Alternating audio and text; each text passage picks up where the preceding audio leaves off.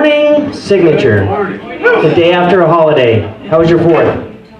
Good. Yeah, went off like a firework. All right, so we're gonna wake all 5 of you up. How was your 4th? Good? It worked! All right, so the show must go on. Holiday or not, we continue on every Tuesday with the sales meeting right here. And we've got a good one coming up. As you can see, it's the broker panel today. And so have your questions ready. They've got a bunch that they're going to cover, but anything you want to ask the brokers, it'd be a great meeting to do that at. So let's start off first with some buyer and seller needs. Anyone have any new listings or anything coming to the market? Roy? Oh, yeah. Hi, so we have a new listing coming on Thursday. It's a 3-bedroom, 89139. It's got about 1,600 square feet, 328,888. It hasn't even hit the market yet, so. Nice. Where's it at? Pardon? Yeah, it's a really good one. What was it? Where's it at? Rainbow, it's like Rainbow and Tropicana. Okay. Okay, and Jones. Sold here. So sold. Anybody else? Good listing. Yeah, that's a big one. Anyone else? Going? Going? Ellie, nothing? You want? No? I got enough. Everything's sold. All right, so yeah, everything hits the market and sells. So I got listings. with, you do? Yeah. Of course she does. Hey, did you just say you sold your listing? 554 Wandering Violets. I know, first weekend. Nice job. 554 Wandering Violets. We've got lots of open houses that were done this weekend on that property. And this coming weekend, 6621 Arbor Bluff. And while I have both mics, I'm going to go ahead and tell everybody that we are doing the open house challenge. It officially started last week. So it's 100 open houses. Were you going to say something about No, that? I was late to the party. Oh, well, Tyson and Lizette are doing it, so don't worry. But open house challenge has started. It's 100 open houses by the end of the year. That means that you can do between 3 to 4 open houses a week and make it. Now, if you do 100 open houses by the end of the year, you get dinner with Chris, Brandon, and I. Brandon's going to pay for it. And and you get a t-shirt that says you're the king of open houses or the queen of open houses. So, yeah. I do it just for the t-shirt. I know. We're trying to attract everybody for, the ones who love the appreciation and the ones I who want the t-shirt. want to hang out and all of that. So, yes. How long does an open house have to be for? Technically it can be an hour, it could be 2 hours, it could be 3 hours. Just making sure. I told them that they can do 2 open houses a day, 2 hours each, different properties. Not the same one, can't be continuous, that's kind of silly. So one open house is just one day for at least an hour? Yes, That counts as one. yes, So if I did 3 different addresses in the same day, that'd be 3. correct. Wow. That is accurate. Always trying to game the system. Yes, Ryan. The honor system. I actually have a tracking sheet. I don't believe in that shit. The spreadsheet. So I have I have a form for that. So there's actually on our Signature app, there is a group, the Open House Challenge group. In there, if you're interested, go ahead and message me on the app. I will add you to that group, and it'll have the form that you fill out to say when your open house is, and then you can track it that way, so you have access to all of it. And that there, folks, is how you hijack buyer and seller needs. Anybody else? No? All right, so let's bring up our fabulous lender, Shelly Panzarella with Prosperity Lending. Yeah, Shelley. Where do I stand? Over here? Right here. In the there. front. Camera's right over there. Happy Tuesday! For all those folks at home. How are you guys doing? You're good now. Is that good? I can see myself. All right. So a couple things I wanted to share. Let me pull my mic down. So success that we had last month in closings. You guys remember the parent loan? We actually, because of this sales meeting, got 2 contracts closed. One of them was parent. The other one was for the parent. The other one was the parents purchasing for the kids. Minimum down payment was 5% for both of them. They both were looking at originally buying as an investment loan, but because the parents and the children were able to take the occupancy as primary residence, they were able to do the loan as an owner-occupied property, which is the minimum down payment of FHA is 3.5%, and then for conventional is 5%. So we have officially closed on those 2 loans in 30 days. Annie was one of those agents for us that listened and got them in a contract literally within like that week. You're like, that's going to be an amazing program for them. So It was awesome. something else we did recently was a $10 million million dollar loan. So know that jumbo loans are out there at a 10% down. We also are doing the piggyback loan, so you can do an 80% first at the 548,250, which is conforming, and then you can do a second loan on top of that with a home equity line of credit. Any questions on those two programs? But we did do a 10% one loan, no mortgage insurance. Okay, so something I wanted to share, Chris mentioned last week about the 40-year mortgage. Have you guys been hearing a lot about that? So at the moment, what that is for our modification. So a lot of people who've gone into forbearance are trying to work themselves through the forbearance. One of their opportunities and options is going to be for a 40-year mortgage.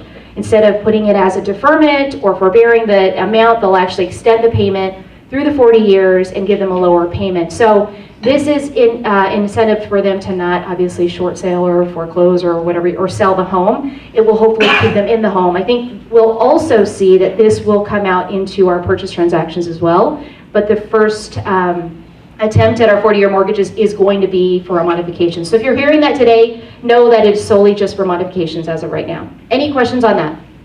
40-year terms. Okay, cool. I wanted to give you an update on our rates. So rates are still holding low. Actually, from 2 weeks ago, we're about 1/8 to 1/4%. So we were around the 3 1/4. We're in the 3s for conventional and 2.99, 2.875. And then for FHA, VA, you're going to be right at about 2.625 to 2.75. So rates are still holding low for all of our buyers who need to get into the market. That's all I have. Do you guys have any questions for me? Delby, you do such a great job. All right, back to you, Brandon. Okay, so we've got a sparse room here, but we got 36 people online also watching. Beta's going to monitor questions from online audience to make sure we get them in there, and you guys feel free to raise your hands if you have anything for these fabulous brokers. So let's give it up for Tom, Janet, Vonda, Todd, and Chris. So we're going to start right off with Janet's stuff. I couldn't put it all on a question topic, so she's just going to go right into them. I did get a comment last week that while we were providing great answers that were well thought out, they'd like us to get a little bit deeper into the actual answer itself. So deeper, like why behind the why and how. So think about that as you. I love that. Not around the bowling tournament, but I mean around the questions that we're answering. So go ahead. Go ahead, Janet. Okay, first of all. Oh, my God. Oh, you I'm gotta not turn your on. mic on. Okay. Good morning. First of all, first major event coming up that you need to be at if you're not in post-licensing on Friday, July 16th, is the General Membership Luncheon. It's going to be Friday the 16th, starting at 11. Vendors are supposed to be there this time around, so you can network with all the vendors. Lunch at the Four Seasons. The lunch topic is what happened in the legislature with our chief lobbyist, who will be there addressing all the bills that failed that really protected us. And then there is a free CE immediately after the luncheon. I have not seen the topic anywhere, but I would assume it's probably It's legislative law. update. Doesn't matter? Is it really? Yeah, it's free a legislative Legislative update. update, CE. Yes, you'll get it at lunch and you'll know everything that's going on.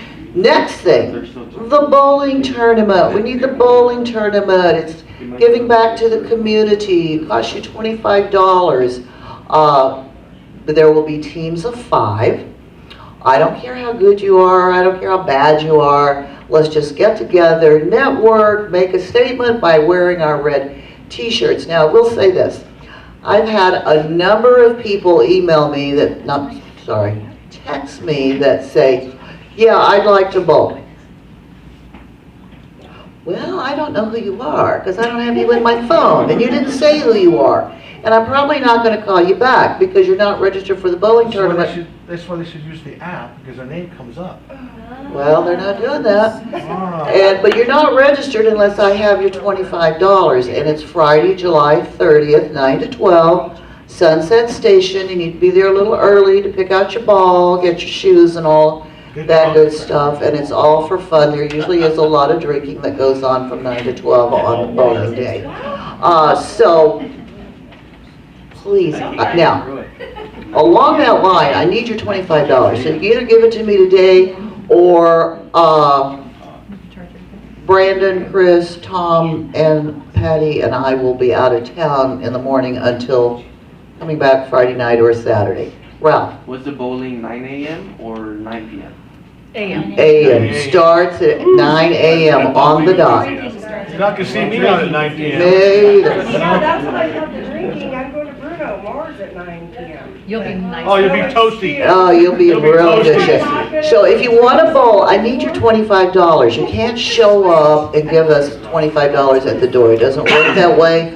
I want to reserve our lanes, I want us to wear red t-shirts, and I want us to be all in a row to make a statement. Let her get through. That I do. Okay, sorry. Okay, so you want me to do No, keep MLS going. later or Go now? ahead. Yeah, go for Keep it. going, you're on it, you're on it. Okay, so I had an agent, a longtime agent, call me up and say, I'm loading a listing. And I just noticed as I'm loading it up, when I check use showing time, that a little blue message pops up and says an automatic $250 if they don't use showing time. Did you know that? If a listing says, make your appointment through showing time to show, and you go, oh, I'll just go show up, or I'll just call the agent, or I'll call the seller, guess what? That is an automatic $250 fine. So if it says showing time, Damn it, you showing time. use showing time. Who decided that one? It's when it says showing time only Yeah. to show the property to It's not schedule. following the directions in the MLS, it's Yeah. showing the procedures. So, and I have a number of these automatic fines. Now, generally, if you're escrow, you didn't put the close of escrow date and you're late, they'll send you a little notice that you're getting a fine, but they'll give you only 2 days to correct it. So if you get a notice that you have a fine and you go, I'll wait and I'll do it when I sit down to do all my paperwork in a couple of days. No, you have 2 days, otherwise the fine is there of $250. Wait, on Yeah. that topic, so on a close date fine or any fine that you get, when they send that fine out, an email goes to Brandon, an email goes to the manager of the office, an email goes to whatever email you have on with Las Vegas Realtors, and then I get one, so everyone gets an email. Instead of bombarding you back with, hey, did you see this? We take it that you did and follow up on it, but on the front of your MLS, when you log in first thing, on there you'll see my violations. If you click on that, it'll tell you if you have any current violations if you're worried about it. But it's always listed there so you can check it out. So another thing, if you're taking a listing and the house has an alarm and the seller say, you know, I want to have my alarm on, I don't care, just here's the alarm code, I want the alarm on during showing. If you mark there's an alarm and the alarm's on, you have to put the alarm code in the agent-to-agent remarks. And if you don't do so as the listing agent, guess what? It's an automatic $250 fine. It's the But- ADT service call. Here's another thing. The house, the sellers, it's a second home, they've gone to Michigan for the summer, they're not gonna be back till it starts to get cold in Michigan, so I'm just going to put vacant, show anytime. Wrong. It can only be marked key any if it is indeed vacant. If it's a second home, or if it's used as a vacation home, and you put key any, automatic $250 fine. Yeah, so there are a lot of these, and I think you need to be aware of them. Now, when you went through orientation, for some of us that may have been 25, 30 years ago, they didn't do it then, but now they give you a little handbook that lists all the rules and regulations of MLS. And they're serious about these $250 fines, because guess what? That's how they make money. Now, if you do get a $250 fine, and I've got 3 pages of them here, I'm not. If it's your first offense at getting a fine, you can take a 3-hour MLS refresher course and get that $250 fine waived. Pay the fine. Oh, Let me tell you, I've hush. been there. But you can only take it once a year, so if you screw up, then you screw up next week, yeah, that's not gonna work. But here's one more thing I want you to know, if you don't remember this from your MLS orientation. You have a buyer, you're showing a buyers, and you go, here are the printouts of what we're gonna look at. Do you know that you cannot give your buyer a full printout? You can't give your buyer a printout with any information about the seller, not their name, not their phone number, not any financial information. And if you do, and you get caught, guess what? Automatic fine for $250. Bingo, bingo. All right, so that's enough on MLS. So just be aware, you can go on to your MLS LV Realtor and log in, and you can find all of these. And I printed them out. The other thing I wanted to mention, but I'll just save it till later. No, do it now. No, do it now. All right. Rip off the Band-Aid. We want you done and over with. Every year, the MLS committee sponsors a tech forum. It's always at the Orleans. And it's an all-day tech fair. You change classes every 30 minutes and get this and get that. Last year we didn't do it because of COVID, but they did do it virtually. Well, we had to start planning for this in January, and so it's going to be virtual again. The Virtual Tech Forum, sponsored by the MLS, will be Friday, August the 6th.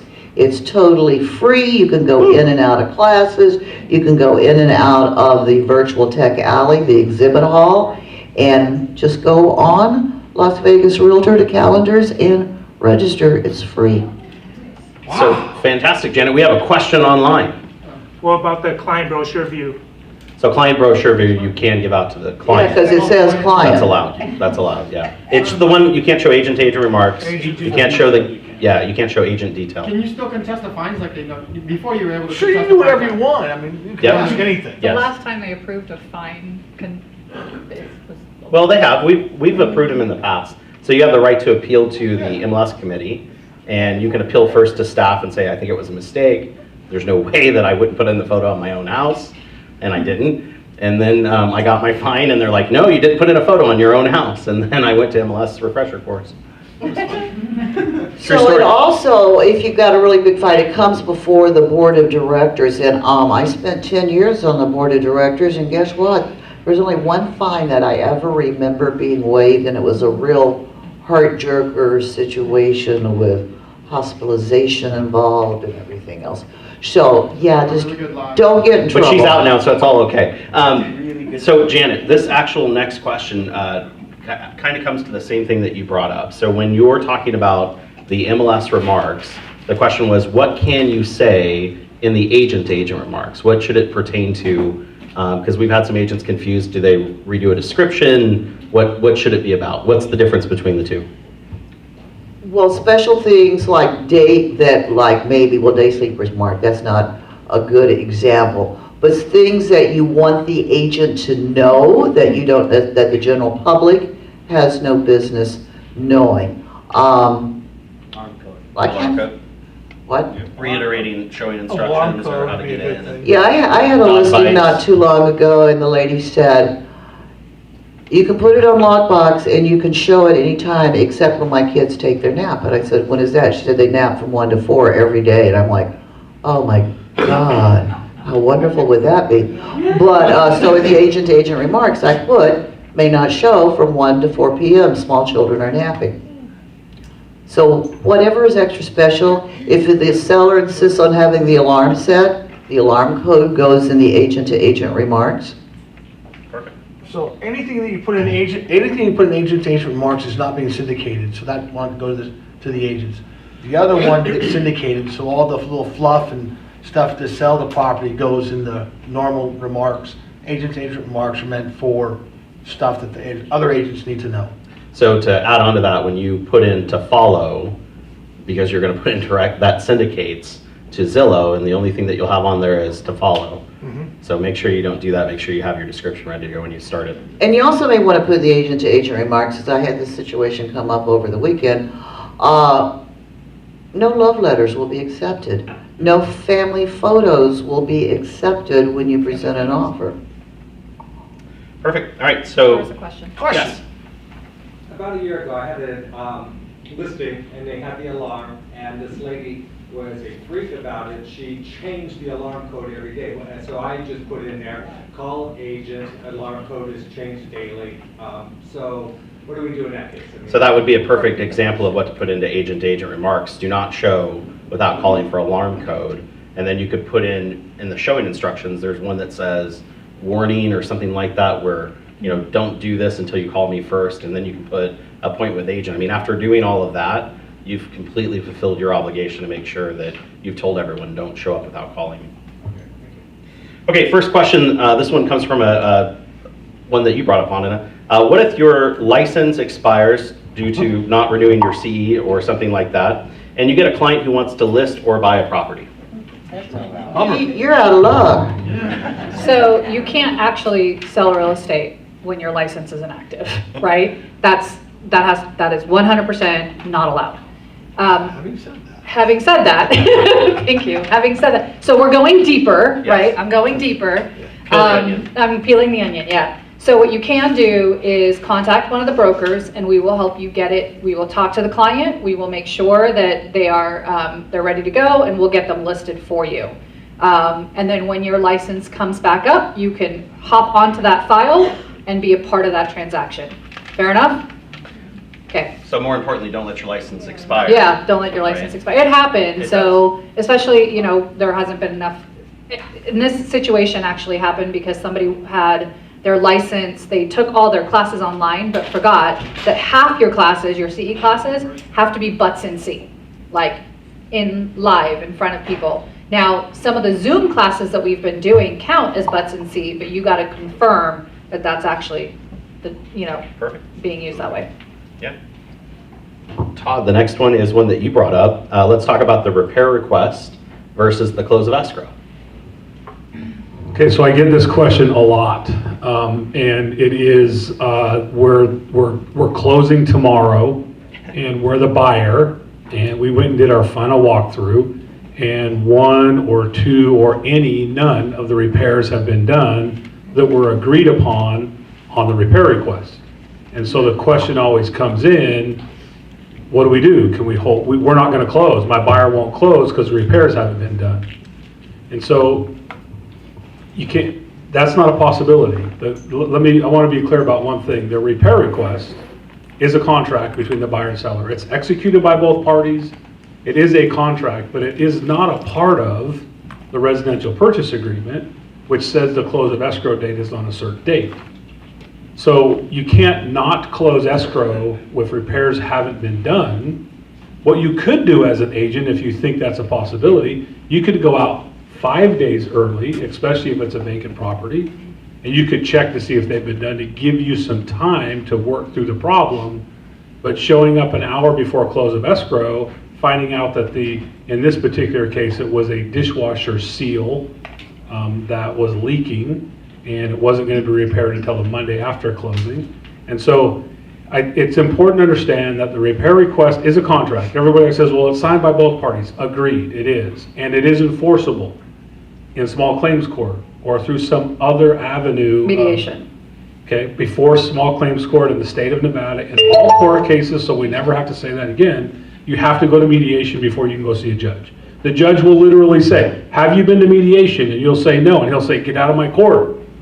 Because you have to go, it's a law in the state of Nevada. So yes, mediation first, and then you'll have to go to small claims court if you've been to. By the way, you don't have to show up to mediation, you just have to have scheduled it, but that's a whole nother peeling and onion back a little bit farther. So if you get in a situation where you have a property that the repairs have not been completed and the close of escrow date is today, you cannot, unless you can get the seller to agree to extend the close of escrow date. You need to close escrow. Your buyers need to close, or they will no longer be under contract. They could lose their earnest money. They could lose the property completely. And in today's market, where prices are going up every single week, every 2 weeks, every 3 weeks, we're seeing prices go up and up. The seller can put it back on the market and probably get another $10,000 or $20,000. So they're not likely to give that extension. So, and you had a question. Okay, we have to close today, and they didn't fix that dishwasher.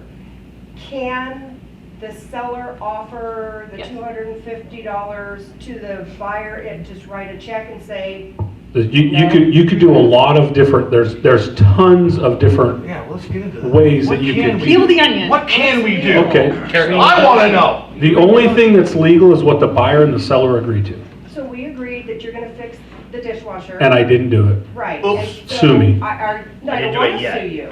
Can you offer legally to just say, hey, the repair's gonna cost this is the repairman's name, do you still want to, let's. In this particular case, Yeah. that brought this up, the seal for the dishwasher had been ordered and scheduled to be installed on Monday, which was yesterday, and they were supposed to close last Friday, and the buyer said, I'm not closing until it's completely fixed. And they said, well, I'll tell you what, how about if we hold $250 back in escrow in case it doesn't get done? And the buyer said, no, I want $1,500. And then they said, well, the whole dishwasher is not even worth $1,500. How about if we give you $1,000? No, I want $1,500. So it just went back and forth and back and forth and back and forth. But the problem here is the buyer and seller never agreed to what was going to be held back. And the buyer was in a position where they had to close escrow, or they could have lost the property and or their earnest money, right? So the key is that they're separate contracts, right? And our job is to try to negotiate and mediate and try to get resolved between all parties. And there's lots of different things that you could do to make that resolution happen. In this case, the agent on our side, the buy side, held $500 in escrow, and the seller held $500 in escrow, which equaled the $1,000 that the buyer had agreed to. They got it closed on Friday. They got the dishwasher repaired yesterday, and hopefully everyone's getting their money they held back today. Yes. Well, what if the buyer says, because this happened to me, we didn't clean the property.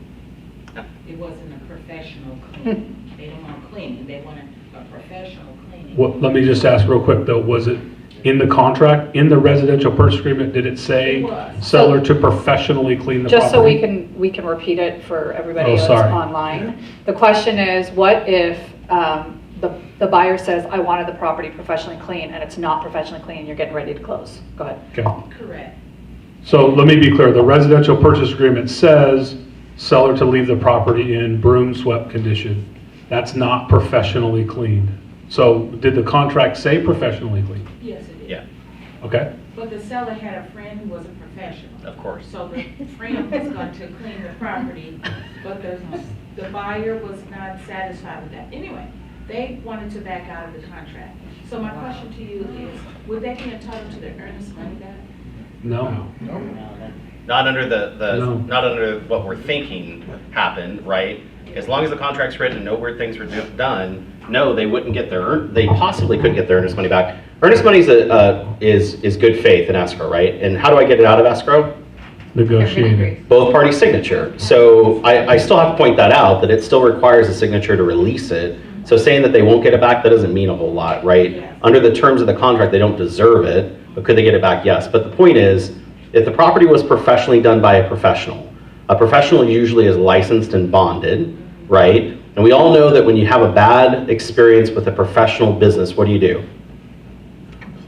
You complain, right? Better Business Bureau, Yelp, and all these other things. And so my argument would be, if I'm the seller's agent, take it up with the business. We paid them, here's our receipt. We fulfilled our obligation to have the property professionally cleaned, here's our proof. And we and them could go and try to fix that and have them re-clean it or whatever else. But it always comes down to that same scenario where they're gonna want something to close. And my job is to do what?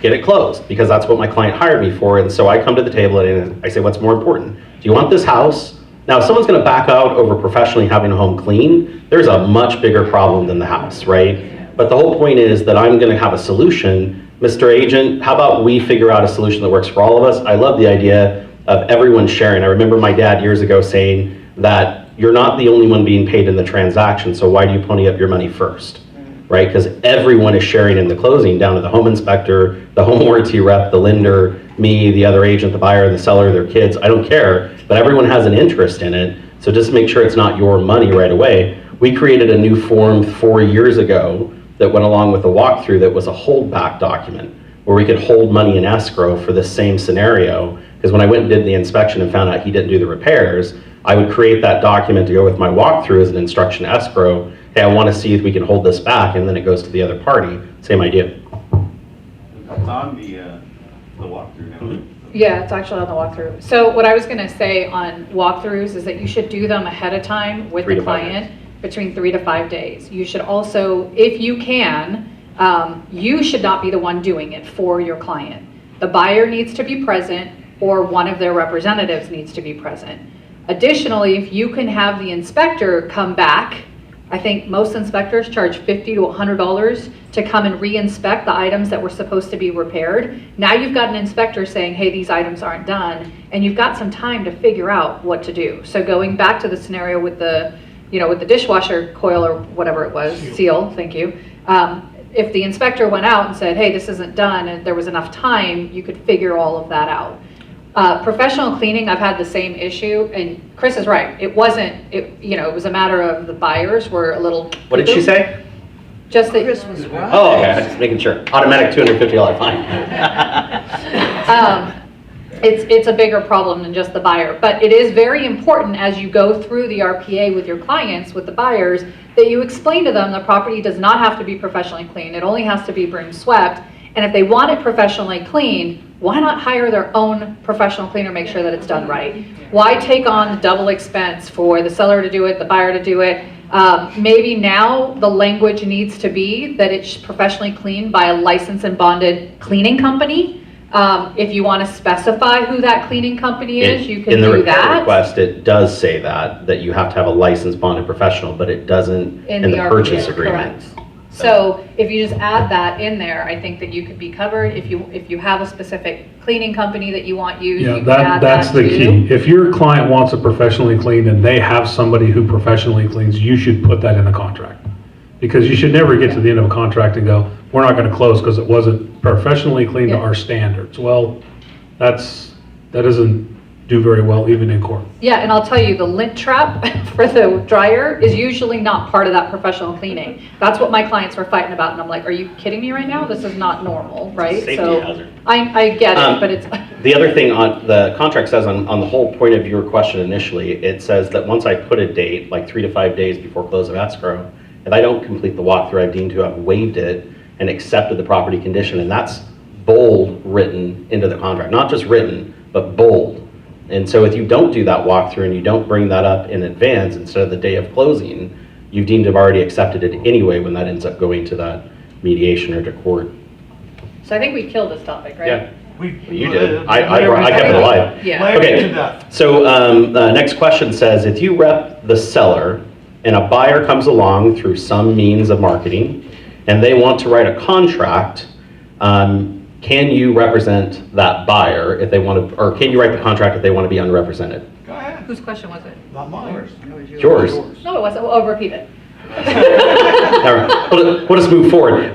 So the point is, if you're the listing agent, you already have a fiduciary Oh, responsibility. no, that wasn't the question. The key is that the buyer wants to go unrepresented. The buyer doesn't want the listing agent to represent them in the contract. Think he's gonna Then say the one question thing. is, Can I say that? no. you Thinking don't. they're gonna say one thing. Sorry, Are you sure? I'm 100% You don't sure. see Maury Povich. And you're not right this time.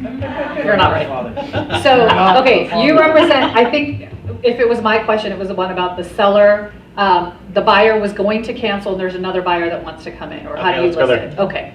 But Reiterate the I point. can answer either question. I just need you to repeat know. because I wasn't paying attention. Go ahead, let's reiterate the one that you want to answer. Okay, so the one that I want to answer is that there is a, you represent the seller, the property is in escrow, and the buyer's agent has indicated that they are probably going to cancel, right? And the buyer has not sent over that cancellation addendum. The question was, can I put the property back on the market knowing that that's coming in? The answer is no. Okay? It's absolutely no. Yeah, you cannot, because unless the buyer is sending over some written something or the other saying that they're canceling, and it's signed by them, you cannot put that property back on the market. Not pending cancellation, none of that. You need something from the buyer saying that they're going to cancel in order to put it back. Because I will tell you, I had somebody got a fine and had to take classes because we were on the other side of that. similar situation, and it's not allowed. It's actually against the code of ethics. Let me just, And NRS, just and to kind of peel it back a little bit, here's what happens out there, okay?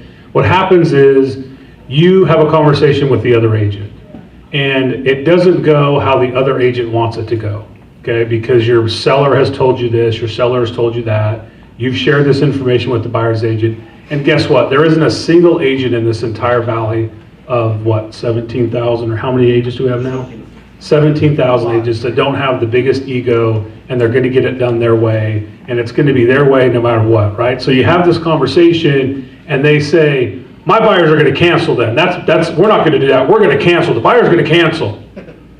Buyer's going to cancel. Okay, well, could you send over cancellation? Because I'd like to move on. I'd like to get it back on. Well, we're going to cancel. Like, they think that means that you're suddenly going to back off and go, well, my seller didn't really say that, and my seller isn't really going to do that. And so what happens is you get an ego between you, the seller side, and the buyer side, right? And it's typically an agent in between. Hey, don't let this ever be you, okay? Because I've never done this before, ever. So what happens, they go to their buyer and go, hey, blah, blah, blah, blah, blah, and the buyer goes, okay. And the buyer's agent goes, no, wait a minute, that can't be right. Like, their whole mind is blown because their buyer has now agreed to do something that there was no way their agent was going to let him do. Right, guys, it happens every single day. I've been humbled a couple times. by Like, that we kind of stuff. don't need to get in the middle of the Yeah. transaction. We need to transmit information between the two parties, negotiate between the parties, and stop making decisions for our clients. Happens all the time. Oh yeah, that's totally fine. Wait, what? And you're Like, speaking- I would never do that. And you're speaking without permission Correct. from your You client. never even talk to your client. Oh, we're going to cancel. Violation of code of ethics, And NRS, state law, NAC. So a listing agent gets in trouble because they go, oh, they're going to cancel. Let me put it back on the market because we're on a hot market and it's Thursday afternoon at 4 o'clock and I want to get it on the market so the people looking for houses this weekend will see it this weekend. And I got to hurry, hurry, hurry, hurry. And guess what? Sunday rolls around and they're like, why did you put the house back on the market? We're still under contract. That's a We're going to file a $250 complaint. automatic fine, by the way. Yeah. Can we go to the other side of that? I do want to say really quickly, if you don't mind, because I'll forget if I don't, is that the process to do that is that you have to wait for the cancellation instructions to come in, and then you put it back on the market that way. There are, in the cancellation addendum, there's two options, right? One is, yes, as long as the seller signed them. Well, even if the Because your buyer seller has might change indicated. their mind. Correct. Oh, yes. So you've got two sections in the cancellation addendum. The first one on top says that this transaction's canceled. That means it's canceled, right? Both parties have signed off on it and it is canceled. You can put it back on the MLS. The bottom section deals specifically with the earnest deposit, okay? You can cancel a transaction without knowing what's happening with the EMD. They can fight over that later, but they can cancel the transaction by making sure that but that top portion is signed by both parties. So this was such a big issue that probably, I don't know, 6 years ago, we had a meeting about close of escrow dates. So, and this had to do a lot with short sales and some of the other things that were going on, where you have a buyer who puts up earnest money, doesn't close, there's an issue that happens, whatever the problem is. You have a seller that has to sell this property, and the buyer won't respond. And so if the buyer blows the close of escrow date, all of what we just told you is a little different, because once the seller notifies the buyer that they didn't perform and pass their close date, the MLS rules got changed so that we couldn't hold a seller hostage. Because I can't get this buyer to do what they need to do, I can't get the paperwork done. And so that's where this back on market subject to current cancellation work came from, is because of that scenario. So that is a little bit different, but they won't hold a seller hostage to be able to put their property back on. But I will tell you this, you need to make sure that if you accept an offer, that you put in verbiage that says something could happen, like a list penance or a dispute or whatever on this other deal, and I should make this new offer subject to that offer being properly canceled. It's, even if it doesn't happen that way, you should always have it in there, because we've actually had it come back and some major disputes came out of it because they didn't do that properly. Does that make sense? Cool. Can you accept that offer while the other one's still not canceled? As long as that close date difference happened, because there's some nuances in the contract that, yes, protect the seller, that the buyer didn't perform, they just didn't do their job. But explaining that to a buyer that doesn't understand why their agent said that to begin with, and now they're where they're at, that's why you put in there subject to current cancellation, so that no matter what's disputed. I had a buyer that was an attorney, and so he went to court over it, right? And he figured he was gonna win it. And so I've seen those scenarios happen where they just figure, it's not gonna cost me anything, why not? And so as long as you have that verbiage in the contract, you're protected on both sides. Question in the back.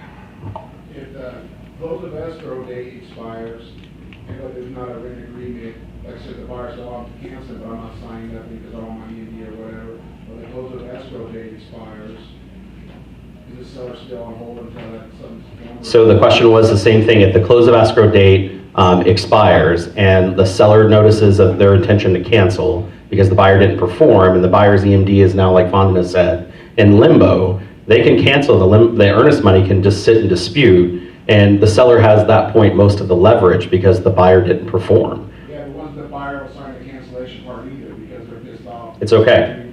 It's okay because in that scenario, the buyer basically walked away from the agreement and breached it. I had an earnest money sit in escrow for 2 years. That won't happen anymore because they start picking at it now. Well, $5. Yeah. You know, it was like $10,000, so it would have been years, but you know, the same point though. Yeah, so what I was saying is on the earnest deposit now, the escrow company is actually charged to hold those funds. About time. And so the buyer and sellers, it's in their best interest to work it out. Otherwise, escrow just starts eating it up. Yeah, and before you go down that road, if you get into an earnest money issue Please call like a broker. that, please call a broker Yeah. because there's a lot of steps. Like there's an abandonment clause with most escrow instructions.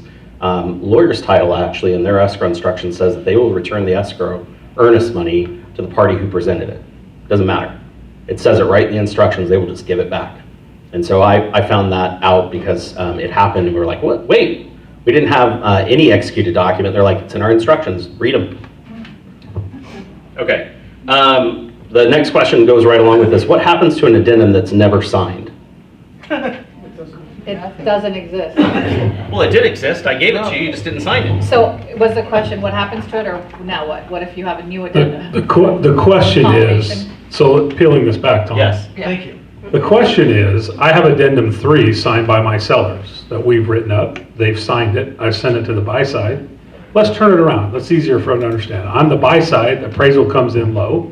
We write up an addendum that says sales price to be blah, blah, blah based on appraisal. We have our buyer sign that. We send that to the listing agent, and the listing agent never presents it to the seller. They never sign it. They never see it because the listing agent gets in the way again and says, oh, we're never going to agree to that. We'll never agree to that. There's no way, right? So what happens? They won't send it back signed because they've never presented it to. That's what the question is. I have an First of answer, all- but I've had a lot of answers. First of all, it's against NRS, NAC, and the Code of Ethics not to present that to the client. Buyer, seller, it doesn't matter. If you get something from the other side, you are obligated under all 3 of those, hold on. How do you prove it? Well, I have an email. So if I get called in front of, you know, so-and-so, I'm going to make sure that I've got a backup email that says I presented it, right? I'm also probably going to have a text message or something just saying, hey, I've got, you know, the following addendum just got sent to you. Please contact me so we can discuss it. But if you don't submit it to your client, you're in violation of NRS, NAC, and the Code of Ethics, okay? If you do submit it to your client and they decide they don't want to sign it, well, that addendum wasn't agreed to, right? Then you can send back a message to the other side saying, I've presented it, they aren't agreeing to this. They will, however, agree to so-and-so, and now you have addendum in this scenario where it was addendum 3, now you have addendum 4. Because addendum 3 was rejected. 3 still existed. No, it still existed. So My him and client I are signed of it. one, him and I, and we have the mics, Right. are of one belief. My The client rest of signed you it. are of a It different exists. belief. Give me a mic. I know, you don't believe it. I know. We all have I'm different sorry. areas. Addendum 3 didn't exist because it was never executed. Right. Wrong. Right? So it's No, right. you have an addendum. That's all you have. You have an addendum that doesn't exist because it wasn't executed. And the Request. next addendum that gets done is addendum. I'd like to go to dinner. Technically. I'd like to go to dinner at 7. By the but way- I can't get there. Did my reservation exist? I'm on addendum 36 because I take a long time to write things and they were spell checking the So first I one. think the idea here is to have a conversation with the other side before you start writing up addendums. Yeah. Funny enough, Right? there's nowhere that this is covered that it It's actually not, matters. right, and so it's not anywhere that's covered, it's not in Nevada law, it's not in the Code of Ethics, and so if you come to us, we have one answer, because Todd and I have gone through No, this you and we've already talked about Give it. it to me. We have one answer. I think it's covered under Code of Ethics, Article 9. I absolutely, I think if you take. That's a stretch further than If you your take addendum. a signed addendum by one party and you alter it by changing it to a different addendum 3 that wasn't signed, I didn't. it has to I be didn't- addendum we 4. never signed it. The So, next addendum has to be Here's what addendum it 4. sounds like here, is that we are good with each of those scenarios, however you decide to do it. It is fine, either way. So the reason why this is screwed up? Let me just say. No, Yeah, go ahead, he hasn't said it. Give us a nugget. Look, Drop a nugget on us. an addendum is not meant to be a negotiating tool. It is meant for you to have already talked to the other side and have an agreement done that you're writing up and presenting to both parties. Holy heck. You know, a counteroffer is a negotiation tool. An addendum is something additional to the current contract that you've all agreed upon. Quit using the addendum as just a negotiating tool and sending it off because you didn't want to make the call and say, well, they only want to pay da-da-da-da-da. Have the conversation. Don't cheat out and have to do it on a piece of paper. Hey, so I have a counter to that though. This is the interesting thing that you have. Hey! As you have all these- that's the first time you've ever gotten a plus. He should take a picture, it'll last longer. As you have all these brokers with differing opinions, I disagree with Tom on that. And let me tell you why. No, let me tell you why. Because I don't think you should negotiate anything out verbally with the other agent. You should write it down so you make sure it gets presented to the other party. But I would use the counteroffer form. The problem with our addendum is there's no place to counter that addendum or reject that addendum. So it's either signed, accepted, or not. So the form, I think, is a little bit flawed. It should be a counteroffer or addendum. But that's it. So, I know someone on Forms Committee. Yeah. yeah, they don't listen. Aren't you president next year?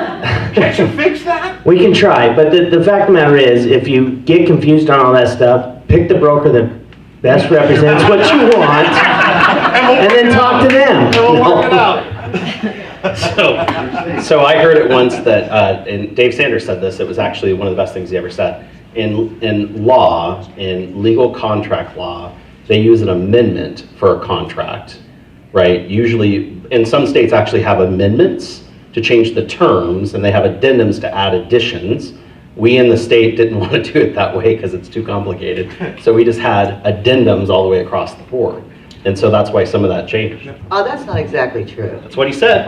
No, because I was It in a depends. meeting with Sitting in the I was at the same meeting. Left side of and the we table. argued that we needed an amendment in addition to addendum. I was sitting at the same meeting. All right, but what Dave said was amendment versus addendum is important for a judge, but your average realtor doesn't know the difference. That's what I just No said. point. No, you didn't say I exactly. did, I said we couldn't handle it. Right, you didn't say that we were too dumb to know. He- I said it way nicer. You did not Sanders say. did, I was there. Get control. Okay, so back to the point that we had. Either way, for something to be binding, it has to be fully executed. We can all agree on that, right? Like both Yes, parties. Okay, there we go. A meeting of the mind. So let's take this a step further into this onion. So post-possession addendums, we've seen a lot lately because of, yeah, they do, but they happen. And so we have scenarios where someone needs to rent back the property.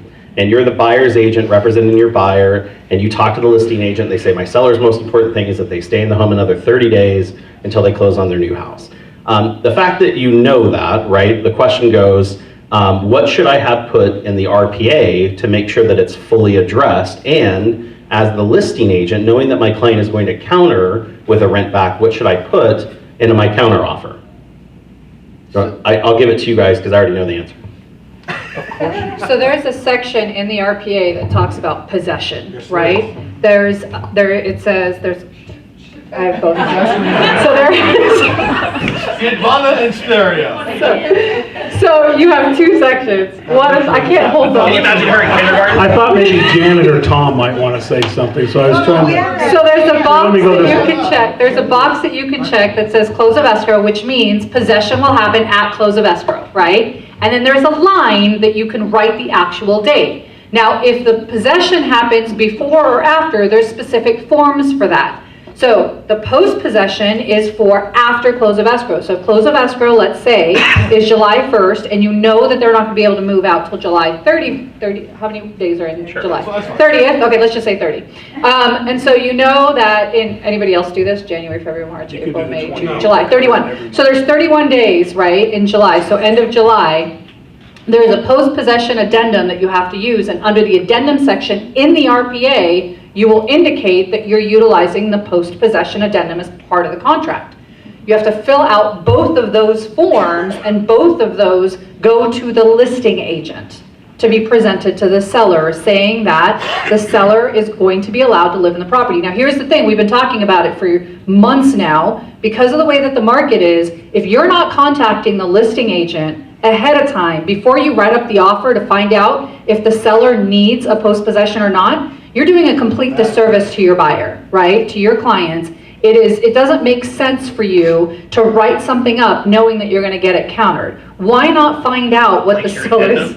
Yeah, like your addendum. Why not find out what it is that they're looking for and see if the buyer is willing to do that and put that in? So you'll know if you need a post-possession or not. Did I answer the question, or is there more? No. There's more. So the question, what do I put in the RPA that has to be filled in to the possession agreement, right? The stipulation, I'm going to rent back the property, here's my rental rate, here's my deposit I'm putting up, here's what happens. That's in the post-possession. I get it, but I'm just saying, you said it, I'm attached to the contract. Right. On the listing side, coming back as a counter, what would I write in the counter? Those terms. Got it. I've got to fill in the blanks, to your point, that's listed on that agreement. And if I don't put it in the RPA, it's not contractual. Correct. Meaning that I'm SOL when we get down to the point of doing it, right? There's nothing that says what if, so we're renegotiating. So if the post-possession, addendum is part of the RPA, it's part of the RPA. Yes. It takes the terms from post-possession and it makes it part of the RPA. That post-possession addendum has some very detailed information of how much the security deposit is, how much the actual payment is per day, per month, who's going to hold those funds, how they're going to get paid, right? And if the seller disagrees with any one of those things in the counter, you literally copy the verbiage with the dollar amount or whatever it is that the client wants.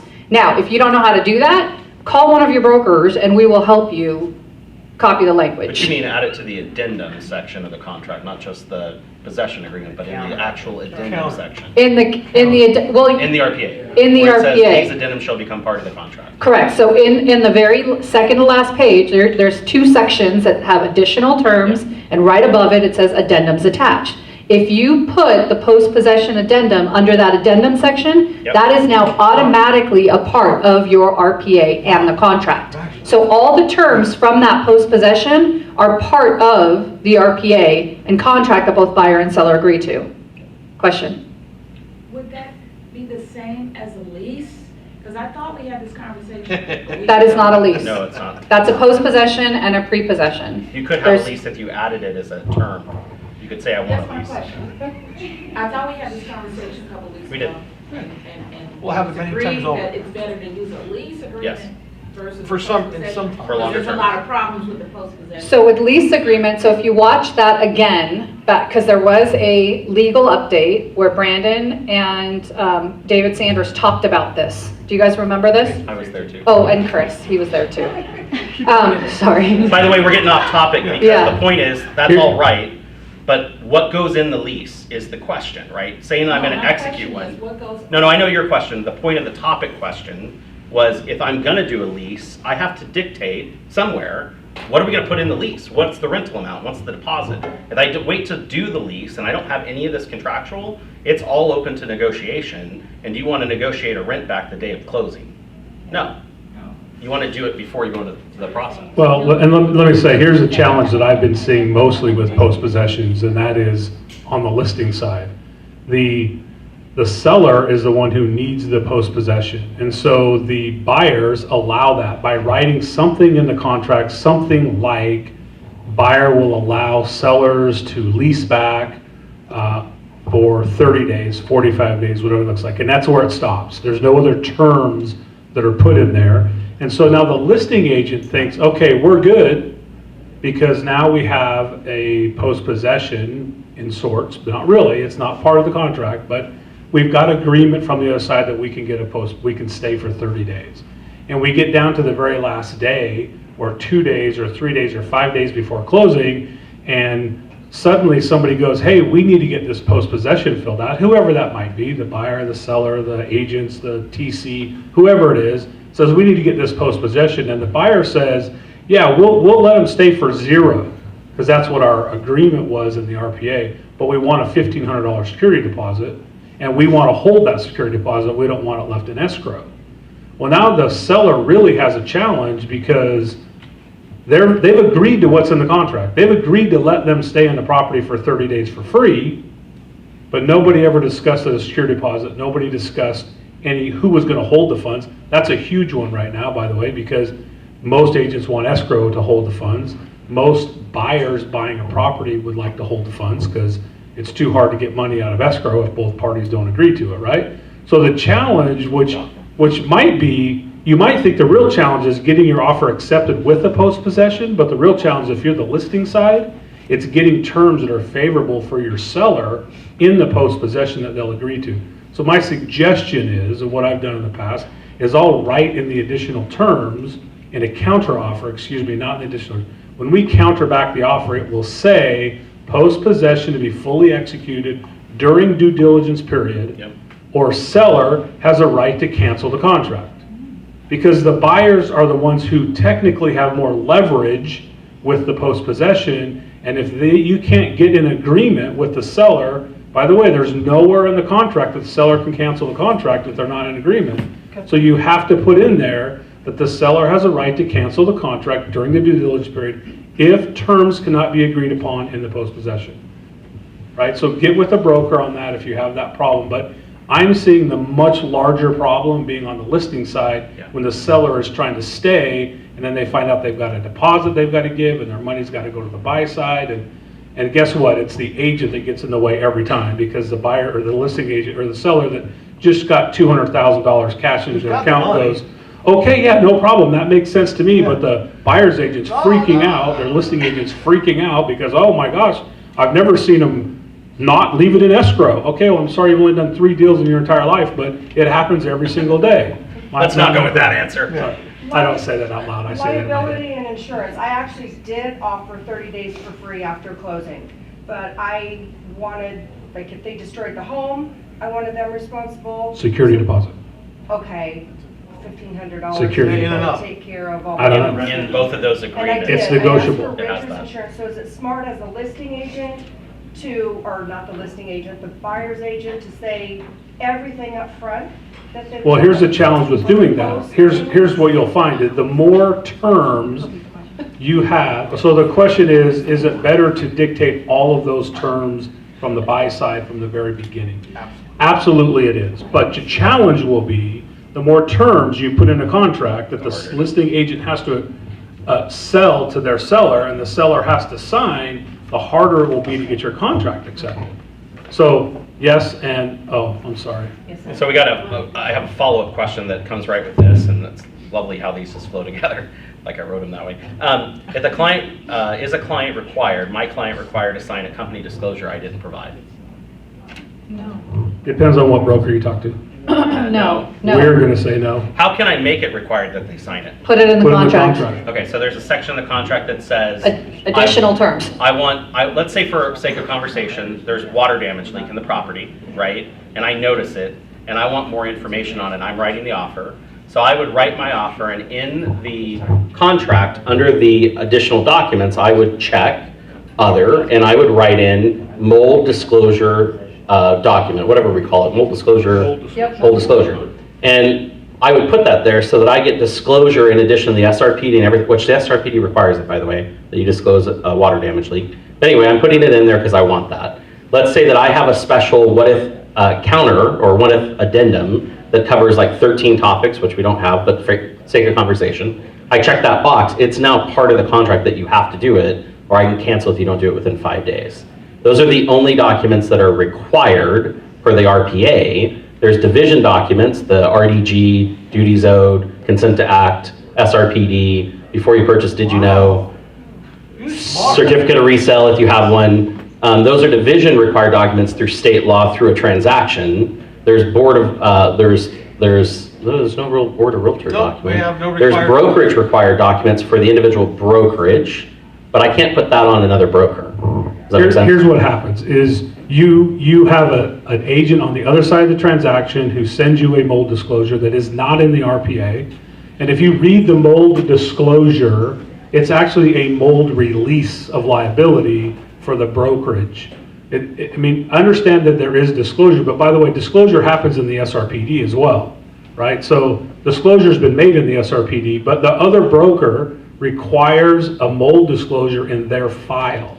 And so I think this question came from, do I have to have my client sign their mold disclosure, which is actually a release of liability, when it doesn't make sense? My fiduciary duty is to protect my client, not the other brokerage, and so it doesn't make sense. My answer is no. I've never done it, I'll never do it. It's up to the client. You have to present it. Yeah, you have to present It's up it. to the client. You gotta give it to your client, But why and would you you? have to explain to your client what that document is. For the most part, I agree, except sometimes there are these brokerages, and I can think of two of them right off the top of my head, that I would say Rhymes with it out Illo? loud, that, yeah, their agents have to get this form signed. Now, not anything that's waiving your rights or your right to come back, but just the fact that it's been presented, or they don't get paid. Oh, not my problem. Holy hell. So, Joint signature. as Everyone's doing as it. a courtesy, They should have put it in the RPA. I would sign it. Or have my buyers sign it after No discussing with courtesies. them. Sometimes it Why not helps. repeat? You know, you got agents out there going, I can't get paid if I don't have this in my file. Wrong It's exactly the brokerage. point, though. It's exactly the point that the agent on the other side was told by their broker, I need this document, because that's the broker's condition. They get all hot and bothered and say, we're not closing escrow until I get my document, to Todd's earlier point. And the whole thing is, like Brandon said, I've got to present it. But in a rational, sane world, when they ask me, why would I sign this? My point is, I don't know why you would. Because it provides no value, but it's your decision whether you're going to do it or not. To Janet's point, So my advice is, join the bowling tournament. communicate and play nice in the sandbox. That's it. Change brokerage. Yeah. If you're getting held up getting paid from the mold disclosure. By the way, the construction defect disclosure, no one pays attention to this. I've seen people check it on the box, and it says behind it, only if disclosed in the SRPD. You know why it says that? Because if you actually read the construction defect disclosure, it's admittance immediately, the property has a construction defect. It's not a disclosure of what defects are. It says this property is subject to a construction defect. So by signing it and sending it over when it doesn't apply, you falsely admitted the property has something it doesn't. That's not part of the question. Hi. Listen, Hey, it's 10:30. Jerry Springer doesn't put up with this kind of crap. 10:30. Yes. Any follow-up questions to the things we talked about? Anyone more confused than when we started? So this is a test. If you have any remaining questions or issues, all of us are here to help you guys. And the reason why we have such lively debates over all of this is we have spent the better part of the last decade arguing this in a boardroom. And this is the kind of passion that you see from our leadership team. And I just want to put at the end of the day, no matter what happens, just remember, I'm always right. And I would just like to say, Before Ron can say it. if you didn't read your newsletter, most of us in management are leaving town in the morning, won't be back through the end of the week. So if you have an immediate problem, call Vonna or Todd. Why would you tell them that? Otherwise, we will try to return phone calls and do signings during breaks, of which there are very few scheduled. Oh, you know me. I'll Yeah, sign we're it. all available all week in the app. just You send can it. get all of us. I would even do a little video meeting. I don't get on my phone during a meeting. I do. Pay attention. And She should. hates it. I just started not to feel well. That was weird. All right, guys, thank you so much for being here. We greatly appreciate it. Thank you to Shelley for a beautiful breakfast as always, and make it a great week. Where's Shelley?